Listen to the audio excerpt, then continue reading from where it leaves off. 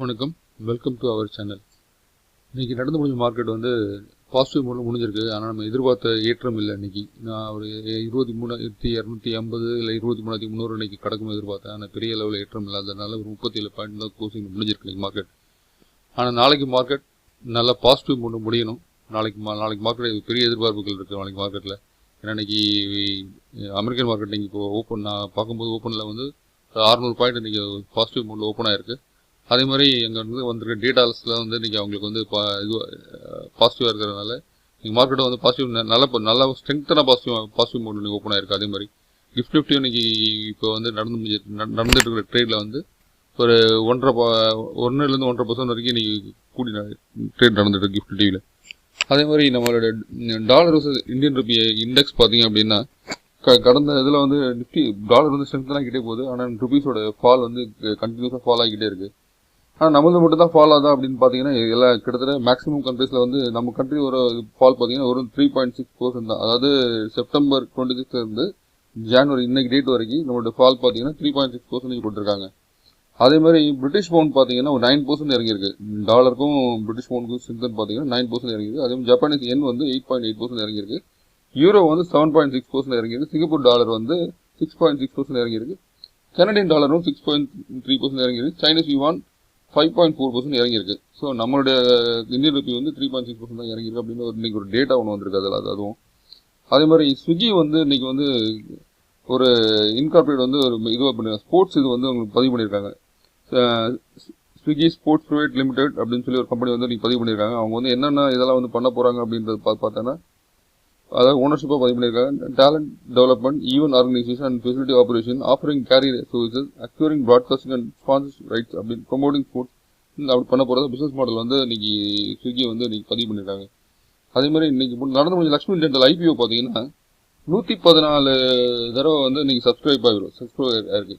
ஒரு இது பிட் போட்டிங்க அப்படின்னா 114 பேர் போட்டி போடுறதா இன்னைக்கு வந்து அது இதில் வந்திருக்கு. அதுக்கடுத்து நம்ம வந்து மார்க்கெட் பற்றி பார்த்துடலாம்.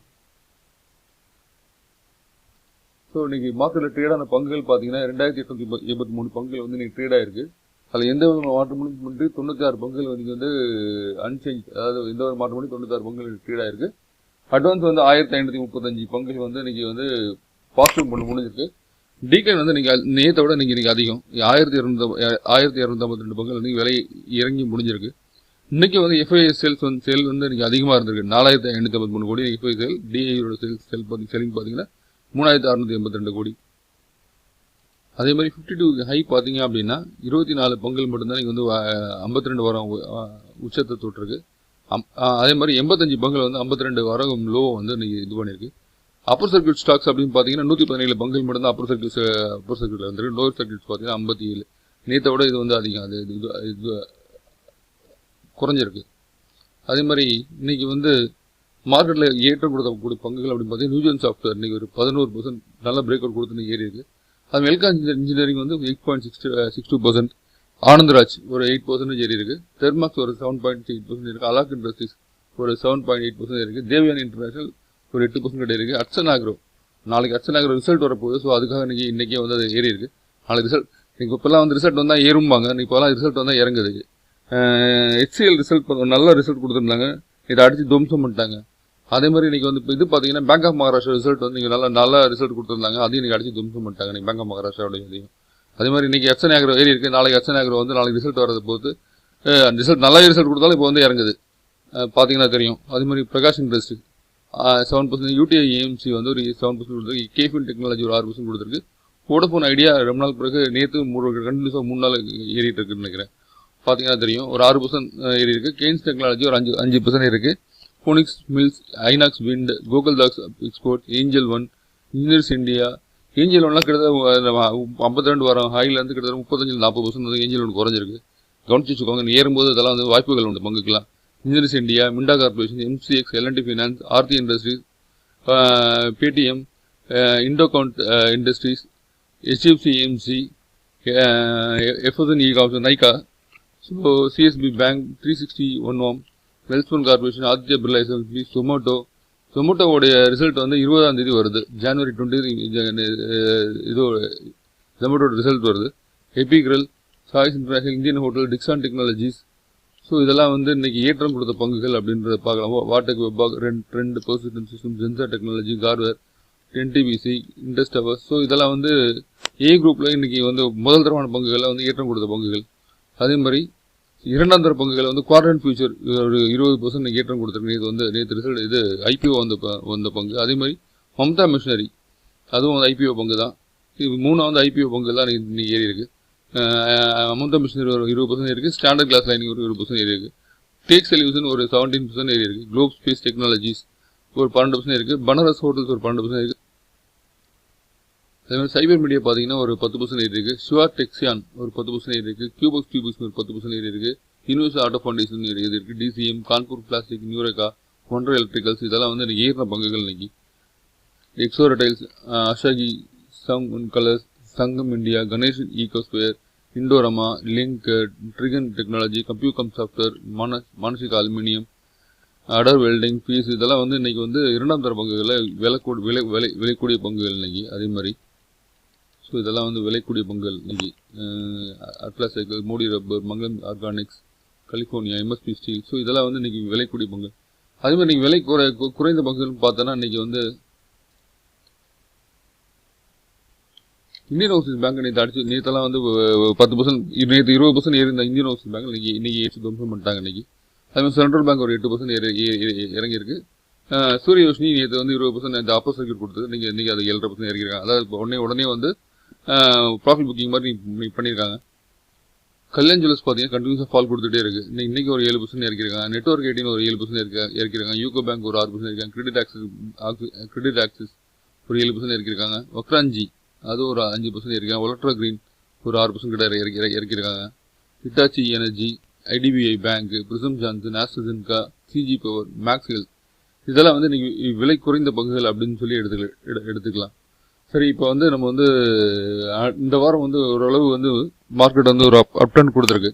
அந்த அப்டர்ன் கொடுத்த பிறகு ஒரு 5 ஸ்டாக் வந்து நமக்கு என்னென்ன ஸ்டாக் அப்படி வந்து இதெல்லாம் விலை கூடக்கூடிய பங்குகள் அப்படின்னு வந்து நம்ம பார்க்கலாம். ஃபர்ஸ்ட் ஸ்டாக்காக வந்து பயோகான் வி ஷேப்பில் வந்து இதுவாக இருக்குது. இந்த வால்யூம் கண்டினியூஸாக ரைஸ் ஆகிருக்கு. அதே மாதிரி ஒரு நல்ல பங்கும் கூட ஃபார்மா துறையில். வீக்லி இது பார்த்தீங்கன்னா ஸோ போன வாரத்தோட லோவோட இந்த வாரம் இது கேண்டில் வந்து பெருசாக இருக்குது. அதே மாதிரி ஒரு பிரேக் அவுட் கொடுக்கும்னு நினைக்கிறேன். இந்த இடத்துல ஒரு 390 மேலே போகும்போது பை பண்ணிங்க அப்படின்னா ஒரு நல்ல ரேஞ்ச் இது. அதே மாதிரி வால்யூம் ஹைக்காக இருக்குது இந்த ஸ்டாக்குக்கு. இந்த பங்கை வந்து கவனிக்கலாம். இது வந்து முதல் பங்கு. ஸோ நம்மளுடைய அடுத்த பங்கு வந்து பிஎஸ்சி, பாம்பே ஸ்டாக் எக்ஸ்சேஞ்ச் பங்கு. கண்டிப்பாக 3 நாள் ஏற்றம் கொடுத்துருக்கு. அதே மாதிரி ஏற்றம் கொடுத்த இடம் பார்த்தீங்கன்னா கிட்டத்தட்ட ஒரு 3 நாளாகவே வந்து ஒரு 500 ரூபா கூடியிருக்கு. ஸோ இந்த ஸ்டாக்கு. அது மாதிரி வீக்லி பார்த்தீங்க அப்படின்னா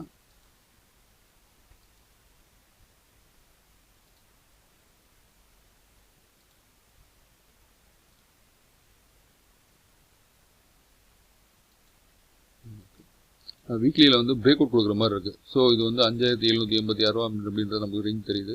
ஒரு பிரேக் அவுட்டும் இருக்குது. ஸோ இந்த பொங்கியை வந்து கவனிக்கலாம். ஸோ இதுவும் ஒரு நல்ல பங்கு. அடுத்து வந்து நியூஜென், இதுவும் வந்து பிரேக் அவுட் ஸ்டாக்காக இருக்குது. இன்றைக்கி வந்து ஒரு 10% கூடி இருக்குது. கண்டினியூஸாக வந்து ஹைக்கில் இருக்குது ஸ்டாக்கு. ஸோ டெய்லி சார்ட்லேயே வந்து நமக்கு தெரியுது ஒரு பிரேக் அவுட் இன்னைக்கு கொடுத்துருக்கு அப்படின்னு. ஸோ அடுத்து வரும் நாட்களில் இதுவும் வந்து ஒரு நகரக்கூடிய பங்காக இருக்கும். ஸோ இது 3வது பங்கு. அடுத்து வந்து நமக்கு வந்து ஸோ இதுவும் வந்து ஒரு ஆட்டோமொபைல் துறையை சேர்ந்த ஒரு பங்கு.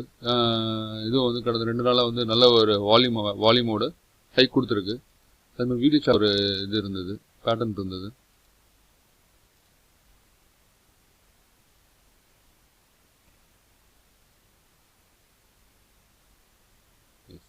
வீக்லி சார்ட் பார்த்தீங்கன்னா கடந்த ஏற்றம் கொடுத்த பங்காகவே இருக்குது.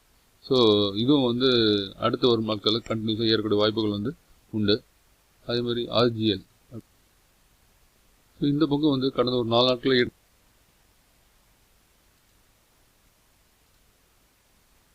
வீக்லி சார்ட் இதுவும் வந்து ஒரு பிரேக் அவுட் கொடுக்குற இதில் வந்து நல்ல ஒரு டோஜி கேண்டல் ஃபார்ம் ஆகி கடந்த 2 வாரங்களாக வந்து வந்துகிட்டு இருக்கு பங்கு.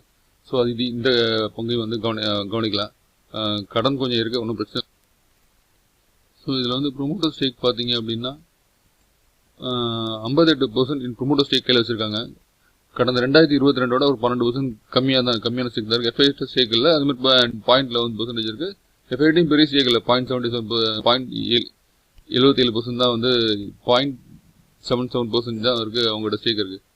அதேமாதிரி ப்ராஃபிட்லாம் பார்த்தீங்கன்னா சேல்ஸ் வந்து போன 2023 இந்த வருஷம் 2024 ஒரு 200 கோடி ரூபா சேல்ஸ் கம்மியாக காமிச்சிருக்காங்க. பேலன்ஸ் ஷீட்டில் வந்து கேஷ் கையிருப்பு பார்த்தீங்கன்னா 1176 கோடி ரூபா கையிருப்பு ரிசர்வில் கேஷ் இருக்குது.